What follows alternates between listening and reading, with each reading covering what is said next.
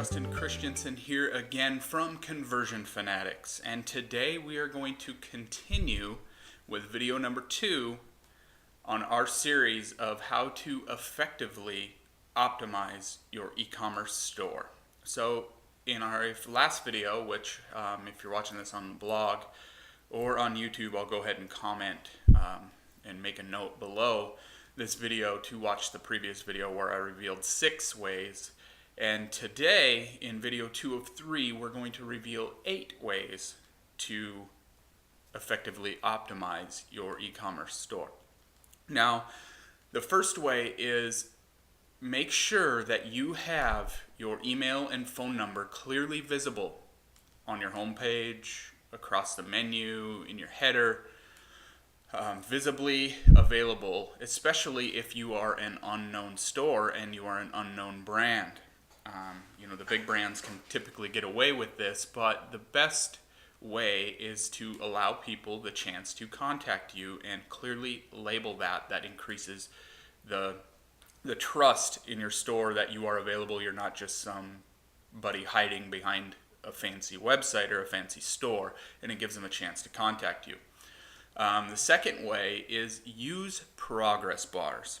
Now, I've written several blog posts on this and discussed this before, but progress bars hold a lot of weight. People want to know that there are only a few steps, and the unknown is a bad thing for conversions. So make sure that you're using progress bars. Show, shopping, billing information, success, or something to that level. Test out the languaging there. But make sure you have progress bars so people want to know where they are in the sequence. Number 3 is try to answer any objections that your visitors might have upon checkout. So have a short FAQ, maybe an accordion style or something like that, that lists, how can I return it? When will I get my stuff? Handle all of the main objections before they have a chance to contact the store, before they check out, so there's no questions whatsoever at what they're going to get and when they're going to get it. So number 4, and this is a big one, and it's been a common debate. As of recently, we've had a lot of back and forth debates on this in the social media world, is offer multiple payment options. Make sure that you're accepting all types of credit cards and PayPal if that's an option. Or, if another option is if they're going to leave your store and you're selling your product on Amazon, give them an option to buy it on Amazon. Say, hey, you're leaving. I'm sorry, I'm not sure. Would you rather buy it on Amazon? Give them that option. So whatever options you can. If we could accept smoke signals, I would accept smoke signals. But that's just not feasible. But make sure you're offering all types of credit cards and all types of payment options that are available. Give them every option they can to give you money. Number 5 is explain your store with a tagline under your brand. So if you've had the best-selling luxury goods since 1949, list that. If you've got 20, 30 years experience, if you've got X number of customers, list out 25,173 happy customers since whatever date.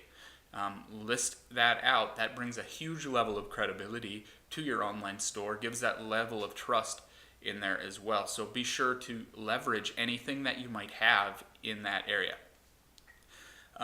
Number 6 is add a drop-down menu in the search bar to make it easy for people to find products that they want. So don't just lump them into one specific category. Give them the options to find exactly what they want in a drop-down in your menu. You'll be surprised at how much weight this actually has. Number 7 is add filters to let people narrow the selection. Example of wine. I did some consulting with a wine company. They had a bunch of wine. So add country, price, brand, type. Let them narrow it down. Same thing with clothing. Bring it down to a granular level and allow them to break down their searches. Just look at cars for an example. Go try to search on a car website and see. You can search down by brand, by type, by mileage, by price, by color. You can break it down by all those categories. So give your visitors the option to do that. So number 8, and the final one here, is easy billing forms. So include a checkbox. Instead of having shipping and billing separate, just include a checkbox to say, is shipping address same as billing address? Give them a picture showing exactly what that might be. But remember, we talked about the shorter the form, the easier it is for them to check out. So don't have a shipping and a billing, and if it's the same, allow them to just check a box, or if it's different than billing, check the box and it opens up another spot to add a separate shipping address in there.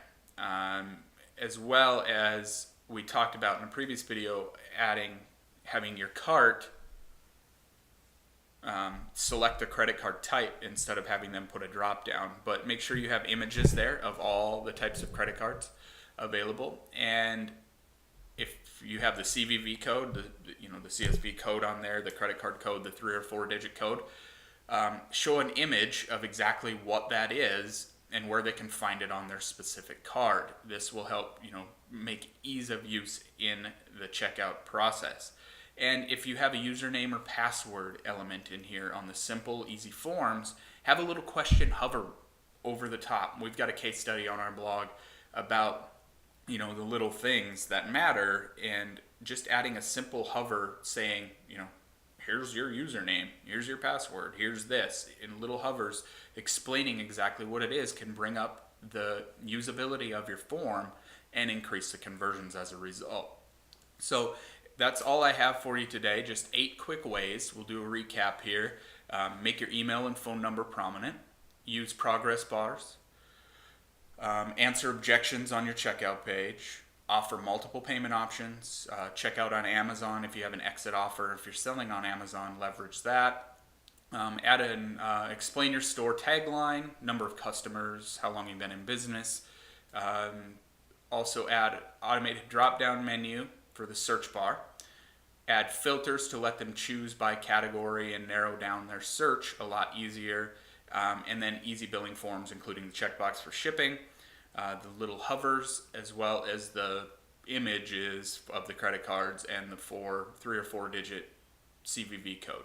So that's 8 more ways to add on the previous 6 in this second video. Upcoming in another video, I've got the 8 final ways to optimize and effectively optimize your e-commerce store. So again, if you have any questions, if you liked what you saw, be sure to like below, comment, share, subscribe if you're watching this on YouTube. Feel free to submit questions. We'll be happy to answer any way we can. So make it a great day, and we'll talk to you again soon.